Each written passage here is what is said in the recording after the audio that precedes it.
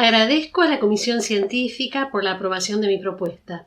El trabajo que presento corresponde a mi labor como investigadora del Instituto de Artes del Espectáculo de la Universidad de Buenos Aires en el marco de un proyecto grupal que se titula Historias socioculturales del acontecer musical de la Argentina.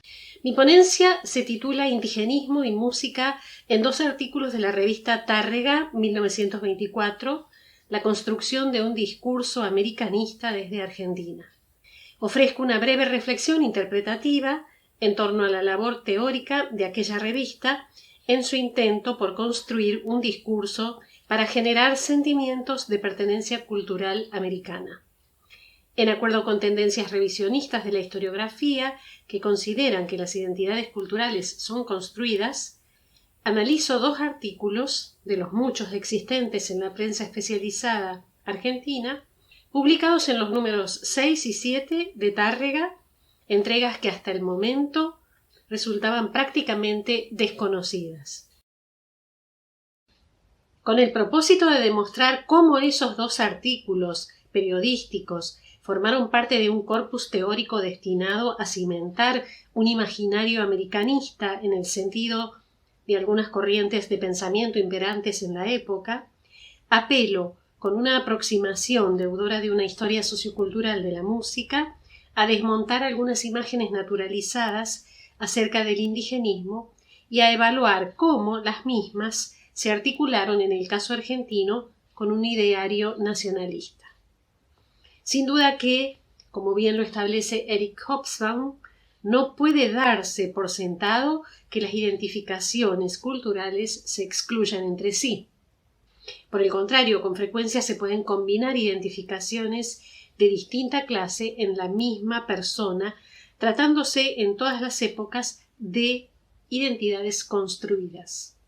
Estudios recientes de dos colegas, Julio Mendívil y Vera Volkovich, me sirven como referentes teóricos fuertes para mi argumentación. Desde junio de 1924, la revista Tárrega circuló con una periodicidad mensual, distribuida principalmente en Buenos Aires, aunque progresivamente también circuló en otras ciudades de Argentina y en países limítrofes.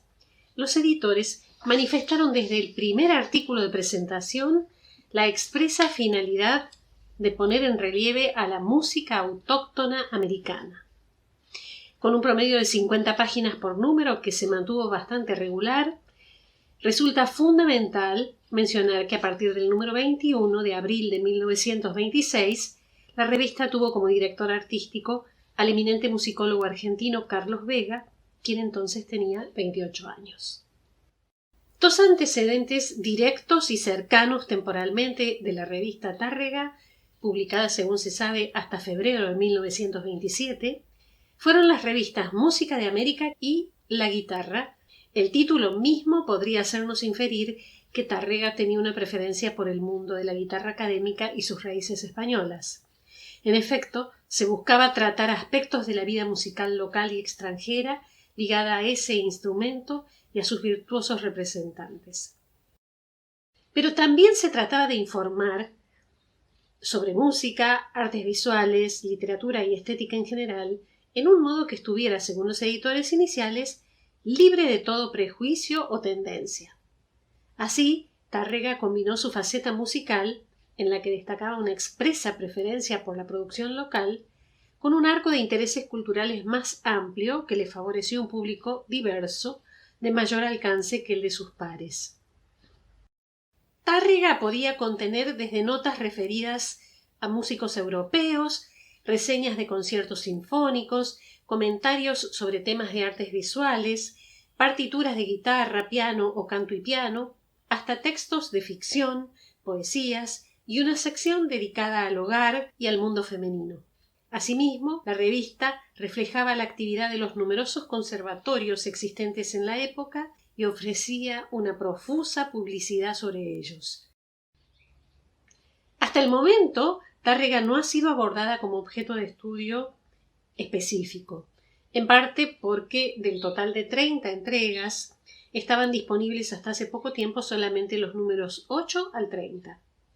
Utilizada en forma parcial por otros investigadores para estudios dedicados a la modernidad musical en Buenos Aires, al indigenismo americanista en música y a la historia de la guitarra en el Río de la Plata, los primeros 7 números de 1924 constituyen una rareza por no hallarse conservados en los repositorios institucionales habituales de Argentina.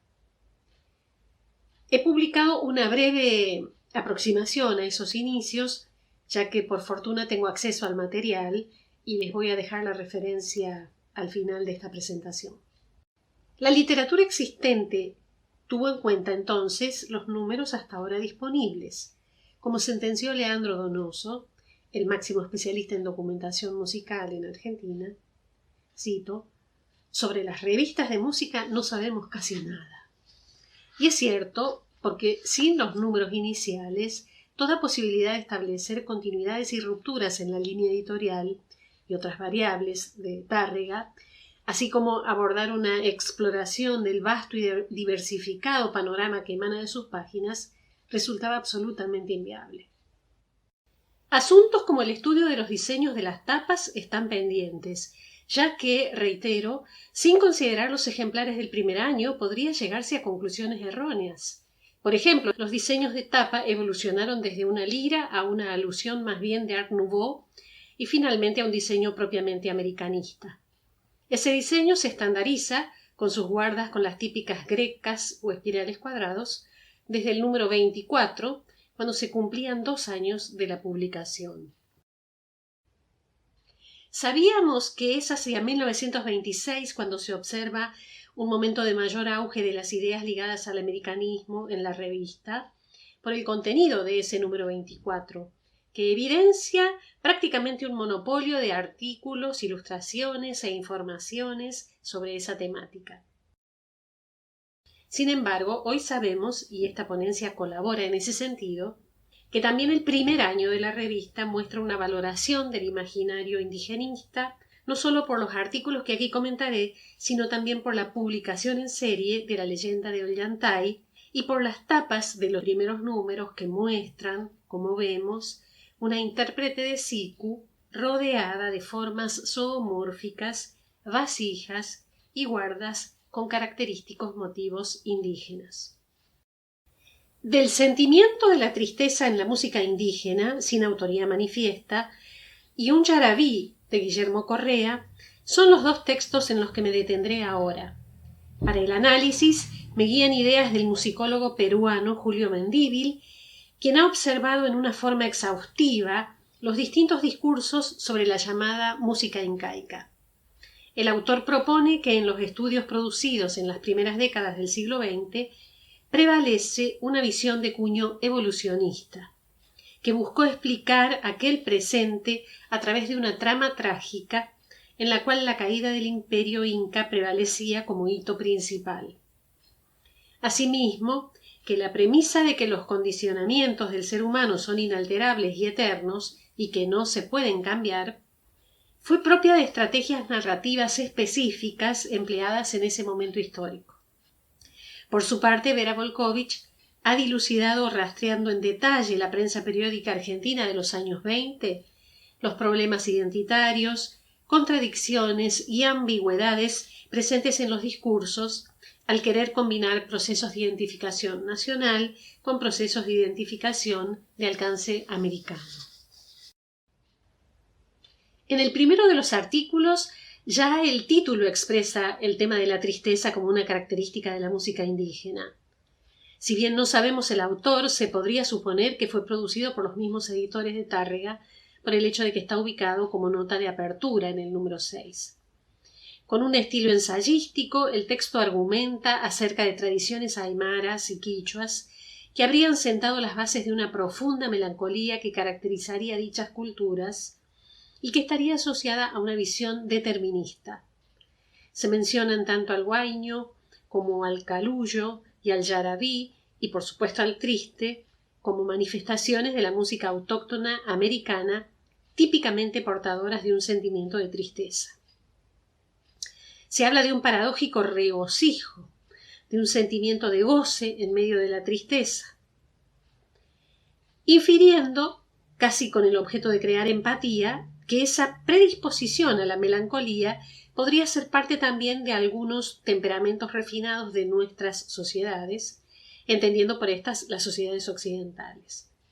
Por supuesto, no pueden obviarse aspectos más bien macabros de ciertas tradiciones, mencionando el manchaipuito, el cántaro tenebroso, una melodía, hasta donde entiendo, de un yarabí, que fue censurada en ciertas épocas por su influencia negativa en el ánimo de quienes la entonaban y por cierta asociación que se le hacía con el demonio.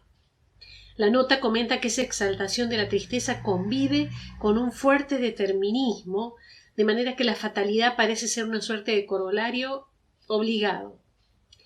El artículo finaliza llamando la atención del artista que tenga que expresar algún motivo musical acerca de la necesidad de imbuirse de esa tristeza propia de los habitantes aborígenes de nuestra América. En el segundo texto, titulado Un yarabí, encontramos una firma real que es la del escritor, historiador y político catamarqueño Guillermo Correa. Construido desde un discurso periodístico, el relato comenta un hecho supuestamente verídico y reciente ocurrido en la ciudad de Catamarca a comienzos de septiembre de aquel año 1924, en el cual el protagonista ha sido un soldado procedente del histórico departamento de Belén. El autor comenta la enfermedad y el fallecimiento de ese joven, fulminado en pocos días por una gripe que devino en pulmonía. Emulando lo que Mendívil denomina el cuento del héroe caído, Correa abunda en la descripción triste de la dolencia, contraponiendo a las connotaciones trágicas detalles sobre la belleza arábiga y la blancura del muchacho, que atribuye a la ascendencia española de la mayor parte de la población de ese histórico paraje. El relato tiene un desenlace sorpresivo, ya que cuando la enfermedad parecía superada, el conscripto decae y, en su atribulada despedida, convoca a sus padres y jefes para expresar loas al ejército de la nación, entonar un yarabí y finalmente fenecer con su guitarra en la mano y un recuerdo para su joven novia. Enseguida pide el agonizante la guitarra que está firmada en la esquina de la habitación. Se la dan con emoción y asombro.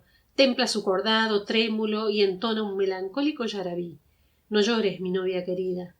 La melopea va extinguiéndose y con la última llamarada del alma clara y nítida, no llores, vidita de mi vida, exclama en su canto y cae su cabeza sobre la almohada exhalando el postrer aliento. Ha muerto el conscripto. Fin de la cita. El relato finaliza aludiendo a la primavera incipiente en Catamarca y la falta de recuerdo sobre el nombre del protagonista. Sin embargo, el tono es muy enfático al destacar la procedencia catamarqueña del fallecido y cómo en el norte argentino se conserva, cito, siempre inmaculada como en urna sacratísima el alma nacional. Sobre la música que ha dado vida a toda esta escena, el yarabí, el autor concluye, cito, el yarabí continúa modulando la despedida, como si el corazón fuese yunque y martillo implacable el recuerdo del momento trágico. Por considerar que encerraba un acervo de interés para los compositores, del cual debía surgir una futura evolución musical americana, la revista Tárrega propugnó desde muchos costados un discurso a favor del americanismo, entendido en la música argentina como la representación del imaginario incaico. Sumados a otros textos literarios, a algunas partituras y a ciertos aspectos de la diagramación, podría decirse que Tárrega intentó desde sus comienzos transmitir arquetipos referenciales ligados a las culturas prehispánicas. En línea con la corriente de pensamiento de la época, que trataba de consolidar los alcances de una identidad nacional argentina, como explica Volkovich, se buscó una ampliación de las fronteras para incluir a las músicas de raíz indígena procedentes del noroeste del país.